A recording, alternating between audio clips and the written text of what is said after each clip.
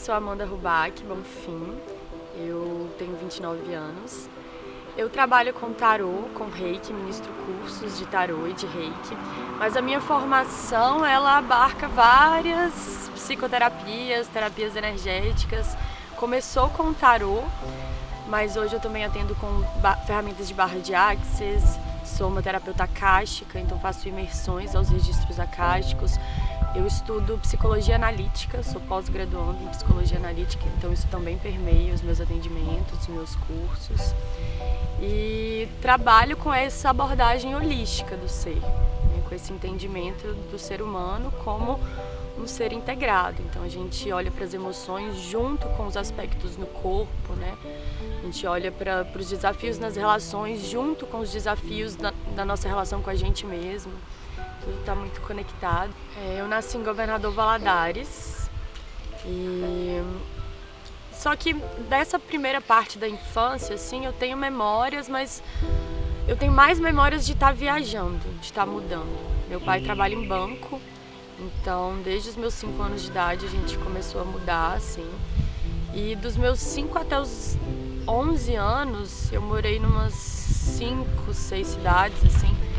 Então isso, de alguma forma, marcou assim, a minha infância e hoje também isso influencia no meu estilo de vida, eu sinto, porque eu tenho esse impulso cigano. Eu saí daqui de Minas Gerais para morar na Bahia em 2020, morei em Caraíva, na parte da reserva indígena lá, que é a aldeia Xandó. Quando eu era criança eu falava que eu queria ser astronauta. Mas eu sempre gostei de escrever, eu ainda escrevo muito hoje. A escrita é uma parte não oficial assim, do meu trabalho, mas que é onde está meu gosto pessoal, assim, onde está esse campo do propósito, assim, do tesão de vida, está muito na escrita. Mas eu sinto que, como mulher, muitas das mulheres da minha geração ainda foram criadas de forma que a gente não tem uma relação tão clara, assim, tão limpa com a nossa intuição, com a nossa autoridade interna. Então eu era muito influenciável. E na minha família tem muitas pessoas que são advogadas, que estão na área do direito. Então isso foi de alguma forma ali filtrando assim o meu campo de escolhas. Na verdade, quando eu estava nessa época pré-vestibular, assim, eu ouvia dos meus pais que só existia direito, engenharia e medicina. Então o meu campo de escolhas estava dentro dessas 3 possibilidades. E como eu era da humanas, sempre gostei de história, sempre gostei muito de ler, de escrever, nunca tive dificuldade assim para ler livros grandes e passar tempo interpretando o texto e dissertando. O direito pareceu uma opção assim viável. Tinha também uma vontade no meu interior de fazer alguma coisa assim em prol do social, alguma coisa comunitária assim. E aí o direito pareceu uma via. Eu de fato fiz a faculdade de direito, fiz aqui na UFJF-GV, em Governador Valadares. Me formei, eu sou bacharel. Mas durante a faculdade eu já me apaixonei pela simbologia analítica. Enquanto eu estava lá, o tarô chegou para mim, eu recebi uma leitura. E na época eu não vivia num meio, eu não vim de um meio onde as pessoas falam sobre isso. Escute a sua intuição. Escuta o que você está sentindo. Tem uma voz no seu interior que sabe o que fazer. Ninguém nunca me disse isso.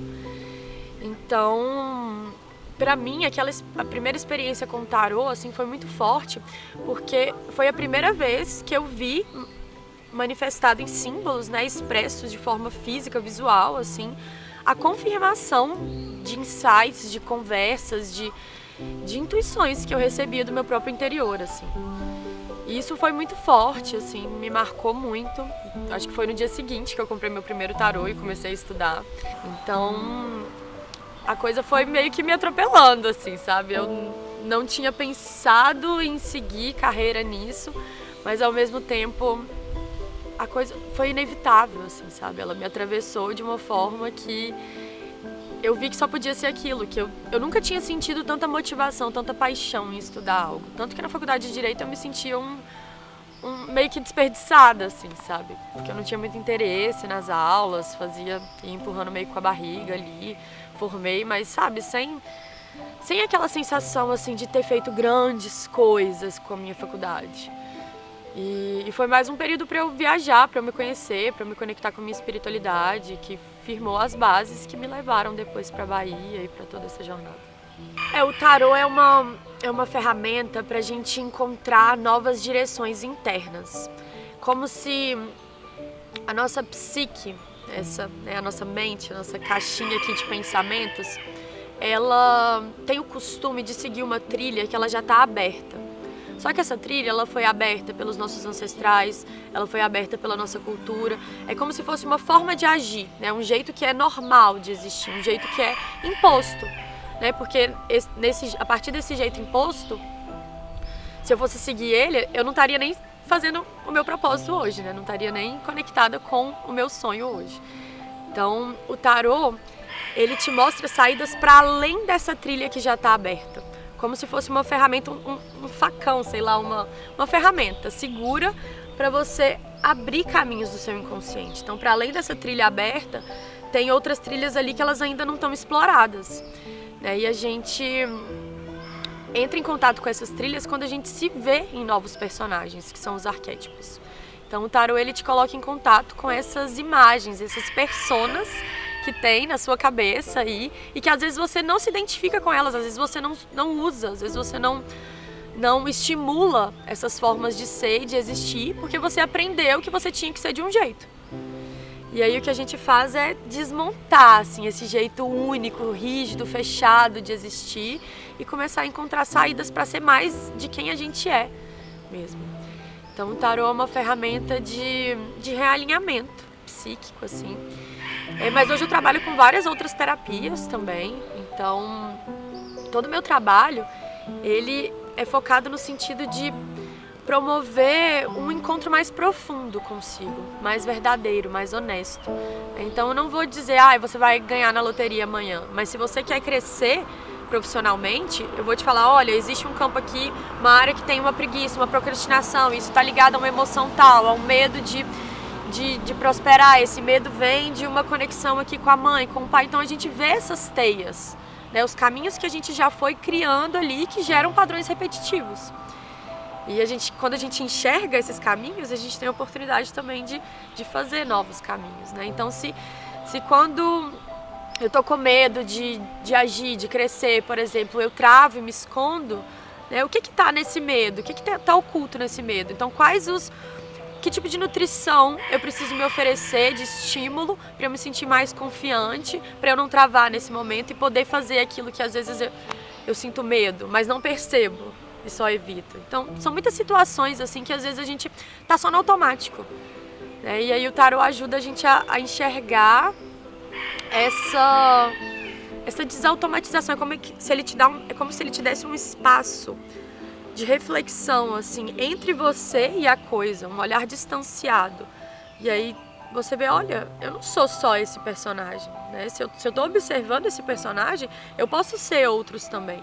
E aí quando você tem esse espaço de reflexão, que é a consciência, é o que a gente chama de consciência, a gente pode também começar a escolher como eu quero agir, como eu quero me relacionar com essa coisa. É uma das coisas, assim, tipo, não só a liberdade geográfica, assim, mas a liberdade em relação a como eu vou construir o meu tempo e a minha rotina. Isso já era uma coisa que permeava o meu campo desde que eu comecei a trabalhar com isso. Eu sempre gostei muito de viajar. Agora, mais velha já, eu descobri que eu tenho um parentesco distante com os ciganos romeni na Espanha. Eu tenho um tataravô que ele de fato foi um cigano romeni na Espanha, dessa etnia romeni, né? E então tem isso aí, assim, e quem entende um pouco dessa cultura cigana, assim, sabe que é um estado de espírito, assim, a alma cigana, mesmo se eu tô fixada num lugar, existe uma ciganagem da alma, que é uma troca ali de culturas, de saberes, de experiências, é um gosto, assim, pelo novo, pelo esotérico, né, exo é o que vem de fora e que às vezes vem do transcendental também. Então tem esse gosto, assim, eu tenho esse gosto natural pelo místico, pela troca. Hoje, depois de ter passado esse tempinho, assim, de março até agora, sem casa, eu vejo que pra mim é importante, mesmo ciganando, assim, mesmo viajando, eu ter a minha base. Eu já tô sentindo falta, já tô me organizando pra criar essa base de novo. Que eu tive essa base em Caraíva um tempo, né? E lá era um lugar que, mesmo quando eu tava lá, tem muito fluxo de pessoas, de ideias. Então, mesmo quando eu ficava, sei lá, 6 meses sem sair do sul da Bahia, acontecia uma ciganada interna ali na troca de movimentos, de cultura. Então, sim, é uma coisa muito importante pra mim. É uma coisa que eu também viso oferecer para as pessoas com o meu trabalho, né? Eu ensino tarô e reiki também para isso, para dar a possibilidade das pessoas de terem liberdade geográfica, de construir uma relação com o seu tempo orgânica, né? Para mim é muito importante eu não trabalhar de segunda a sexta, todos os dias da semana, e poder criar isso. Tipo, ontem, por exemplo, eu trabalhei. E aí hoje à tarde eu já tenho uma tarde de folga, eu vou poder ir pra cachoeira com os amigos que eu não vejo há muito tempo. Então essa organicidade, assim, no meu tempo, no flow, isso também faz parte dessa liberdade, que é mais do que geográfica, assim. Ela tem a ver com eu entrar em contato com o meu ritmo de criar e eu validar isso, assim. Eu não viver a partir de um ritmo imposto. Então eu tenho isso. Claro que tem dias que, sendo autônoma, que já teve dias que eu trabalhei 13, 14 horas por dia. Mas que eu faço muito feliz também, porque aí eu posso escolher, às vezes, tirar um final de semana de 4 dias e fazer uma viagem incrível. Então, essa liberdade de ser mesmo, no sentido amplo. Eu vejo que tem um privilégio sim, e eu não posso negar os privilégios da minha formação, assim, né, de tudo que eu tive de oportunidades mesmo. Eu fiz uma universidade federal, podendo estar totalmente focada em estudar naquele momento, né, sem ter que arcar com o meu custo de vida, e isso dá uma base, assim, teórica mesmo, né, que hoje tá na minha comunicação, tá em qualquer situação de entrevista, de emprego, qualquer coisa que eu tiver que fazer na vida, esse privilégio, assim, ele permeia. Mas, depois que eu comecei a viajar, eu conheci pessoas que vêm de realidades totalmente diferentes da minha, assim, totalmente. E que as pessoas se propõem e vivem isso. Então tem esse elemento que é a coragem, que eu acho que ele ainda pega mais, assim, do que o privilégio. Quando se trata desse campo de explorar novos espaços, de sair da sua realidade conhecida e se propor a viver sozinha em um lugar que você não conhece. Porque quando eu fui morar em Caraíba da primeira vez, eu tinha R$500 na conta e um trabalho voluntário marcado. Então eu tenho essa preocupação também com essa estrutura base que é a casa, né, o espaço. Então quando eu não tô indo para um lugar planejada financeiramente, eu entro no Worldpackers, procuro no Instagram, né, páginas que fazem essas trocas, né, de trabalho por hospedagem, assim. Então já fiz alguns voluntariados nesse sentido. Então, tipo, o privilégio, ele esteve ali, mas eu não sinto que ele é o elemento determinante da coisa, porque tem pessoas que tiveram a mesma realidade de privilégios que eu, ou até mais, e elas continuam vivendo a partir do que a família espera, do que elas pensam que a sociedade espera delas, e às vezes insatisfeitas com isso, assim. Então eu sinto que, para além desse campo, eu reconheço muito o privilégio de ser, o privilégio que é a forma que eu escolhi viver a minha realidade, assim, mas eu sinto que tem um elemento de coragem. Eu também tive que lutar contra muito julgamento, assim, principalmente julgamento que eu mesma absorvi, né, do meu aprendizado ali, dos meios que eu estive inseridas. E assim, hoje tem pessoas que às vezes elas seguiram uma coisa mais ortodoxa, assim, de realidade, e elas já têm, tipo, casa, carro, enfim, uma estrutura financeira, assim, muito maior do que a minha. E eu, quando eu olho, assim, eu não quero. Eu não trocaria. Então são escolhas, né? São formas, porque eu realmente tô muito comprometida com essa coisa de levar o meu trabalho para lugares onde eu devo estar, assim, e conhecer pessoas que eu devo conhecer e aprimorar o que eu vim fazer, que é uma comunhão entre espiritual e científico, né, e psicanalítico. Então, tem um privilégio, mas tem esse campo da escolha no propósito, sabe? De escolher, flechar na coisa e ir.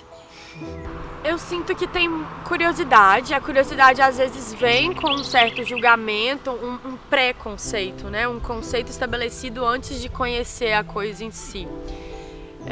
Mas hoje em dia também, depois que eu fui de alguma forma firmando assim a minha postura no digital, né, construindo mesmo essa identidade em cima de não um misticismo e falar simplesmente ali de fazer magia, embora o tarô também seja uma uma ferramenta mágica ali, porque você cria uma possibilidade, né? Eu quero realizar isso na minha vida. E a gente abre um caminho para aquilo acontecer. A gente vê conselhos ali que você pode aplicar na sua vida prática, né? Então, é uma magia que a gente mesmo cria, assim. E coloca em prática. Então, eu fujo bastante, assim, não é nem que eu fujo, eu não me conecto, eu não me identifico com aquela perspectiva do tarô que ela é pré-determinada ali, que vai tirar a autonomia da pessoa.